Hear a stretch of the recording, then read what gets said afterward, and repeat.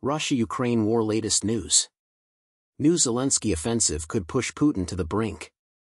From Kursk, a Russian buddy tells me the newest war joke. Putin calls upon the specter of Stalin. Comrade Stalin. Putin exclaims. Tanks from Germany have returned to Kursk. Please give me some advice. After some contemplation, Stalin's specter responds. Recreate my actions. Gather all available American military aid, then lead your force into battle with the Ukrainians in the lead.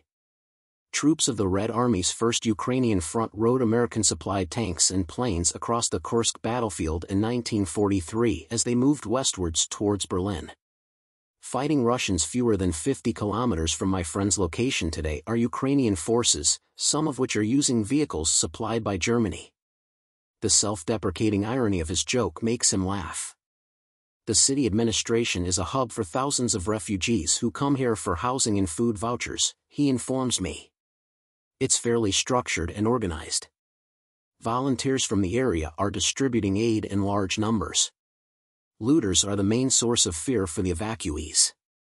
Rumor has it that some local gypsy gangs have been looting abandoned homes.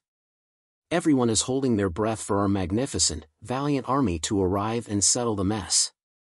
Indeed, everything is in utter disarray. Other than that, it's quite standard. The summarization of the consequences of Ukraine's invasion is best provided by an obscenity-laden Russian expression that my acquaintance used, polny pizdets, no normalno. The Kremlin-controlled media has remained silent on the first invasion of Russia since 1941, the occupation of 28 settlements by Ukrainian military, and the evacuation of 180,000 people.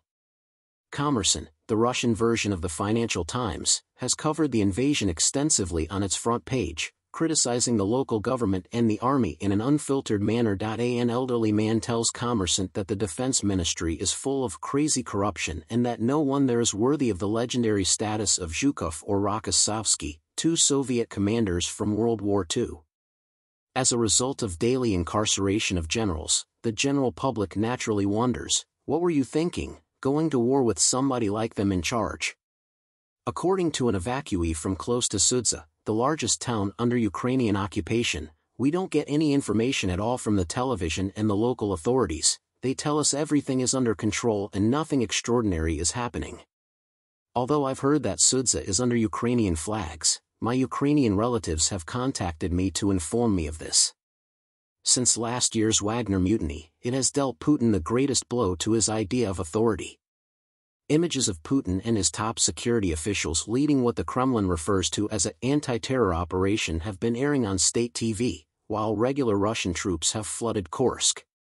As a clear indication of his true friends and associates, Putin has put Alexander Bortnikov, a former KGB crony and current head of the Federal Security Service, FSB, in control of the operation, while Alexei Dyumin, his former bodyguard and rumored potential successor, is in charge on the ground.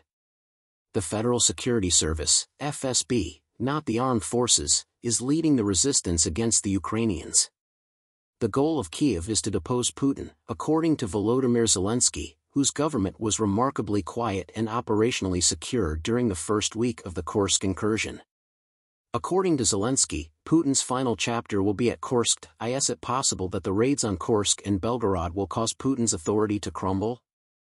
Could they, on the other hand, make it stronger? Some Russian political talk programs have framed it as an invasion by NATO forces, staged betrayally during the Olympics, casting Russia in the role of the heroic underdog.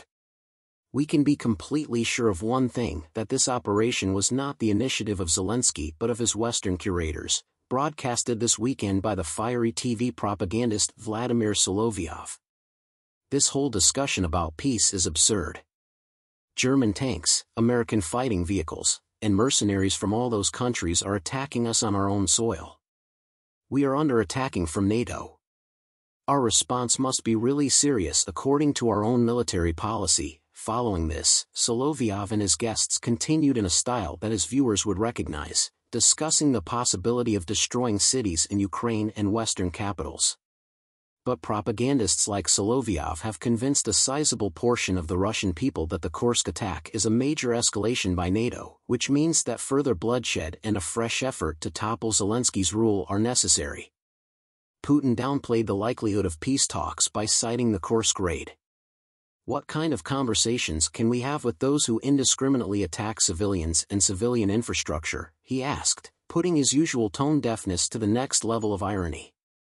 Aside from Putin's gripes about Western aggression and Solovyov's threats of nuclear Armageddon, the intrusion has altered the political calculations of the Kremlin. To begin with, the loss of Kursk is the most crushing setback for Putin's control illusion since last summer's Wagner mutiny and the most crushing defeat for the Ukrainians since the fall of Kherson in September 2022. Kremlin observers noticed that Putin appeared abnormally preoccupied and read from notes during his recent TV appearances. With Russia's much larger and more powerful military forces, the Ukrainians will inevitably be driven out of Kursk and Belgorod. The question is, what happens if they launch another attack? Despite the lack of natural obstacles, Ukraine and Russia share a 435-mile border. Putin may make statements to the effect that the invasion is an unacceptable escalation that has made peace less likely. Since his credibility as a defender of his country is at stake, it's in his best interest to resolve this fight as soon as possible. Get unrestricted access. For only £3, you may get 3 months of unlimited access when you subscribe. Subscribe to 2 stories every week. Composed by